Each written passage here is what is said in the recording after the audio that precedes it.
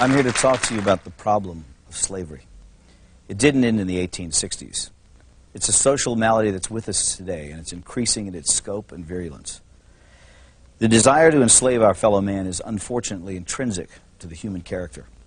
It has been with us since the beginning of time, on every continent and in virtually every culture, from ancient Egypt to Babylon to Greece and Rome, Africa, Asia, Europe, and the United States. Germany and Japan openly practiced widespread slavery only 50 years ago, and the Soviet Union until less than a decade ago. China even today. It's a disease of our human nature, and yet people are under the impression that it no longer exists. I say to you that in a subtle form it exists in America today, and it's becoming less subtle and more manifest. Madison Avenue has just cleaned it up a little bit, dressed it up in new words. The slave master is now Big Brother, someone to protect you, someone to confide in. But it's all the same. He owns your life. Now, this may sound far-fetched, but I think I can prove it. When the IRS allows you a tax deduction, they and their congressional collaborators and the media call it a tax subsidy. In other words, they designate it as a gift to you, a subsidy. The only way they could conceive this terminology is by presupposing that they, i.e. the government, own all the money. Their view is that they're entitled to it all. That which they allow you to keep is their compassionate and generous gift to you. How can this be? You create the money by your efforts, your sacrifice, your creativity, your risk-taking. So how can it belong to them? It's very simple. They own you. They own everything you produce, your money, your house, your thoughts and ideas, your children. If you go to a foreign country to work, you still have to pay the U.S. income tax. You could dig a hole in the middle of Siberia and they'd be entitled to a cut of your wages because in their minds, under their law, they own you. They create arcane and esoteric laws to criminalize you. You may try, but you can't obey them. You can't even understand them without a lot of professional help. You have to run around slavishly collecting little pieces of paper, receipts, 7 years of detailed financial records because you might be called on to give an account of yourself to the big boss man.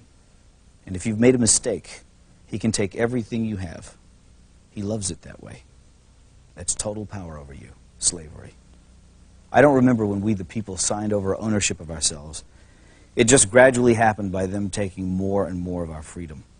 But here's the worst part. It's really only just begun.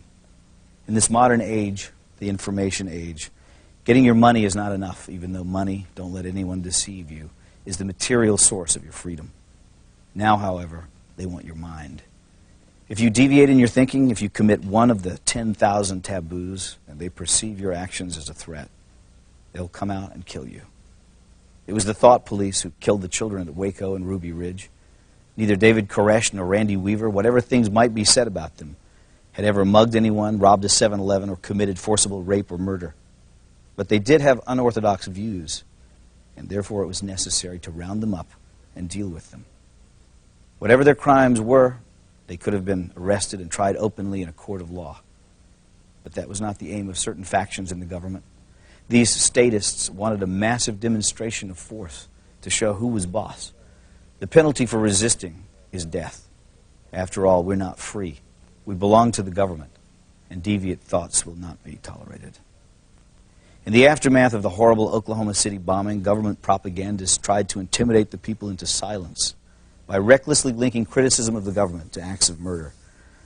Some people ask, how can you fear your government and claim to love your country? Our response is, how can you love your country without fearing your government? Who else holds a counterfeit license to kill, incarcerate, and confiscate for non-crimes? Remember, America is about liberty first and last, not obedience to bureaucrats. The Washington power clique wants you to shut up, get in line, do what you're told to do, and most outrageously, think what you've been told to think. We have hundreds of politicians and thousands of lobbyists crawling all over Washington, thinking of ways to control you, to extend their will over you, to subvert your freedom and replace it with their will, to capture, that is, to steal your life force. And so we should all be very angry, because anger is the engine that drives our will to resist. And without resistance, without awareness, they will take it all. That's not just politically perverse. It's a sin against mankind, because freedom is actually sacred. Drop an ant into a jar and seal the lid.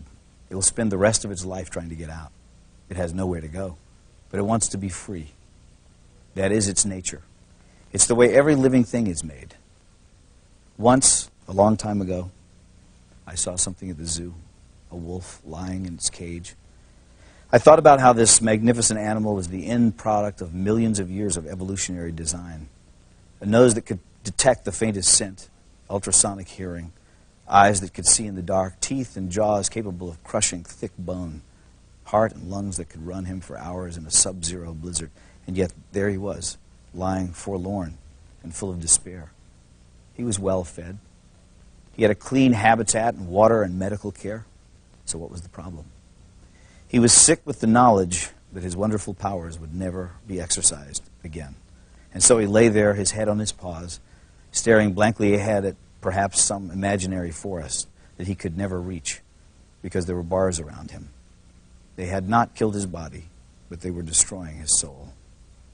God gave Adam and Eve freedom, even though he knew they would invite death into the world. That's how important freedom is in the divine scheme of things, and that's why we urge you to defend it always.